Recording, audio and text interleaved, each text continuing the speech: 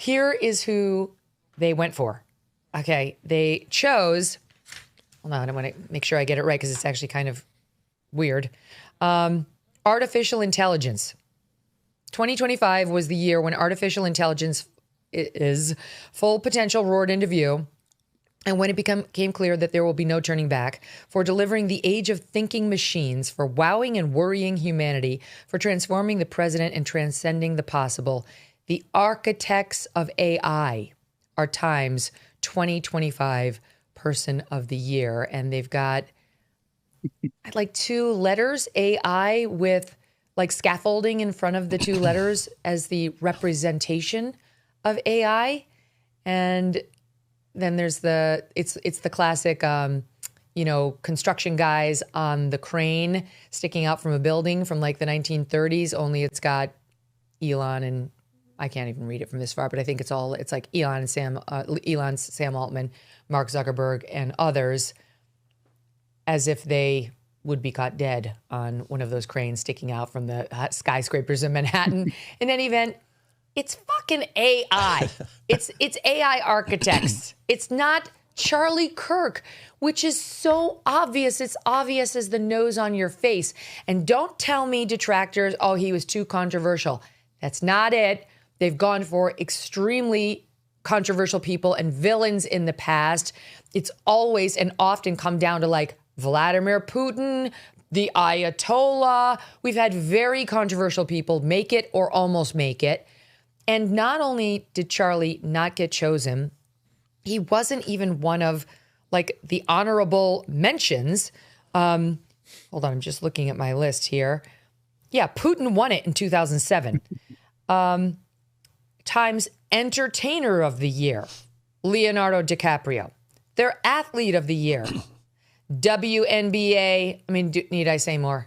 It's a WNBA. It's a lie. It's not the Athlete of the Year. And by the way, no, it's not Caitlin Clark.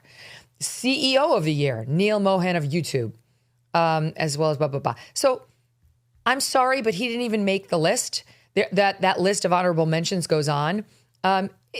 This is a thumb in the eye, and it's genuinely wrong. Like, AI architects are not the most influential people of the year.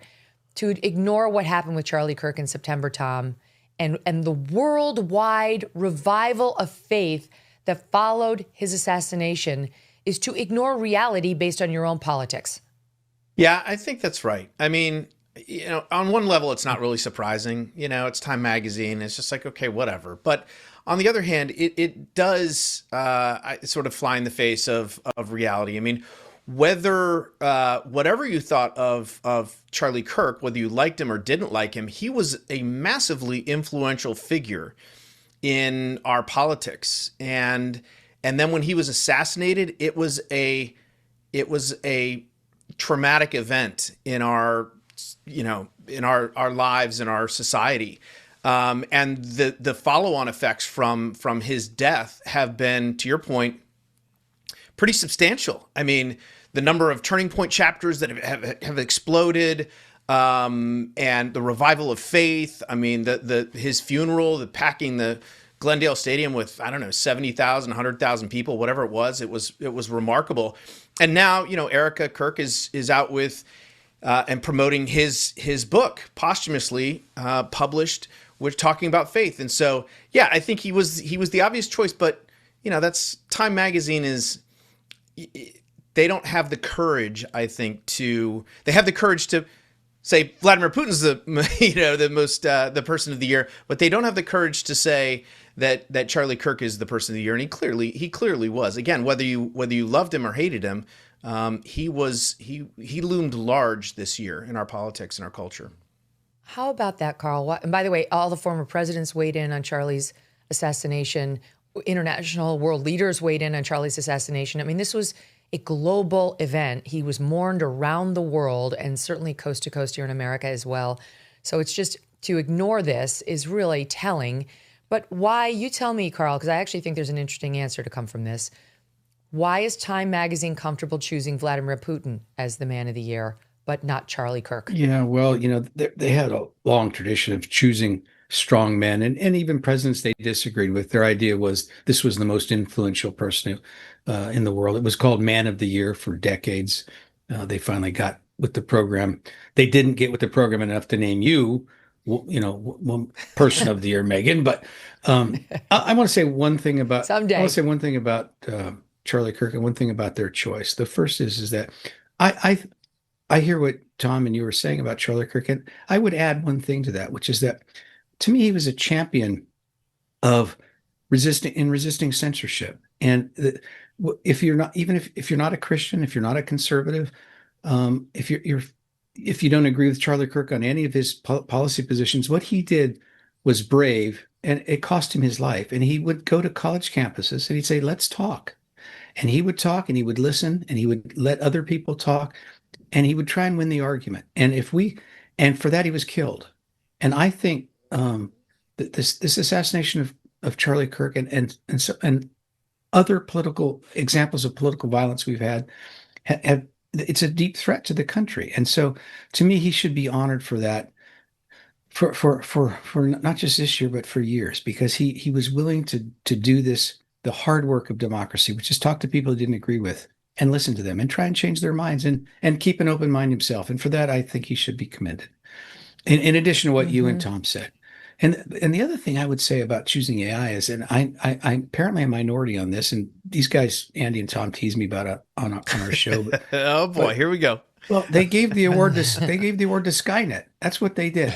And remember that poor guy, I forget who plays him in the Terminator movies, that African-American, very arresting character actor. And he doesn't realize what he's done. They go back in time and tell him, "You've ended the human race and ruined the planet." "Oh, I was just trying to build a better mousetrap." And this idea that you would just laud AI pretending you don't see the threats, pretending you don't see the danger. I think people look back on that, and maybe the machines won't let us look back on that when they run the planet. But yeah, it made me uncomfortable. So, Andrew, I've got a different answer. This is a good answer from Carl, but mine is a little different on why they are comfortable with Putin, but not Charlie. Because they knew in 2007, Putin didn't have a real groundswell of support here domestically, and still doesn't. I mean, there are some people who can say, "Oh, he's got this, would I rather live in Russia or would I rather live in Iran?" Russia, yeah, okay. But the reason is because Charlie Kirk and his political philosophy, his influence, his words, which are still available via podcast, and now, as Carl points out, with his brand new book that's just hit, thanks to Erica, making sure it got published, and she, to her credit, completed his publicity tour. She honored the stops that Charlie had committed to. That's why she's out there, because she wanted to do that for him and his book. In any event, my point is he's still ubiquitous in that way, and therefore an ongoing threat to the ideals of the people who make these decisions at Time Magazine. They're afraid of him. They don't want to do anything more to inflate his power. I think that's probably true. I got to say, the number of people who still read Time Magazine, they're aging, they're dying, and they're fewer and fewer. So, I'm sort of amazed that anyone really cares what Time Magazine thinks about anything anymore. But for the people that don't you think it's a rite of passage, though, in our country when they name this list to either bash it or applaud it? It's kind of a thing. It's like something we just do. I think it's the one thing that Time Magazine probably does that anyone still cares about. So, but I agree with you on Charlie Kirk, because. And I do think that we're going to see over the next year what happens with Turning Point. How does this generate sort of a movement?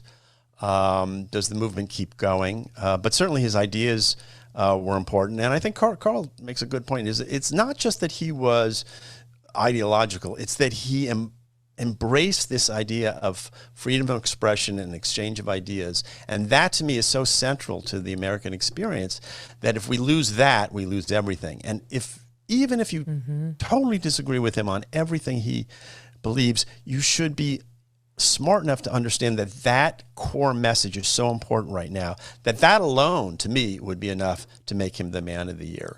But I And the faith revival. and the faith revival on top of it. Sure. It's been amazing. Yeah. I will say this about AI. I have though. something related. If I could, Yeah, go just on AI for a second, they do raise an interesting question, which is not so much the people who make AI, but AI itself. Is AI a person, and will in the future we treat it like a person? I mean, we're seeing legislation around that issue right now. Can you marry AI? Can AI be in charge of your sort of legal affairs? So there's a lot of interesting questions about AI. That I haven't read the article. Maybe they raise that, but that's something that I think about from time to time. Ever read the label on a typical bag of chips? It's often a science experiment of seed oils, MSG, artificial dyes, and mystery ingredients. Masa is part of the growing movement to bring back real food. Masa chips contain just 3 ingredients: organic corn, sea salt, and 100% grass-fed beef tallow. Not only do these chips avoid the bad stuff, they also taste delicious too. Snacking on Masa chips is nothing like eating regular chips. With Masa, you feel satisfied, light, and energetic with no crash and no bloat. And if you love Masa, then you will love Vandy Crisps. Vandy, which is Masa's sister company, makes the most delicious 3-ingredient potato chips too. Ready to give Masa or Vandy a try? Use code MK for 25% off your first order at masachips.com or vandycrisps.com, or simply click the link in the video description or scan the QR code to claim this delicious offer. Don't feel like ordering online? Masa and Vandy are now available nationwide at your local Sprouts supermarket. Stop by and pick a couple of bags up before they're all gone.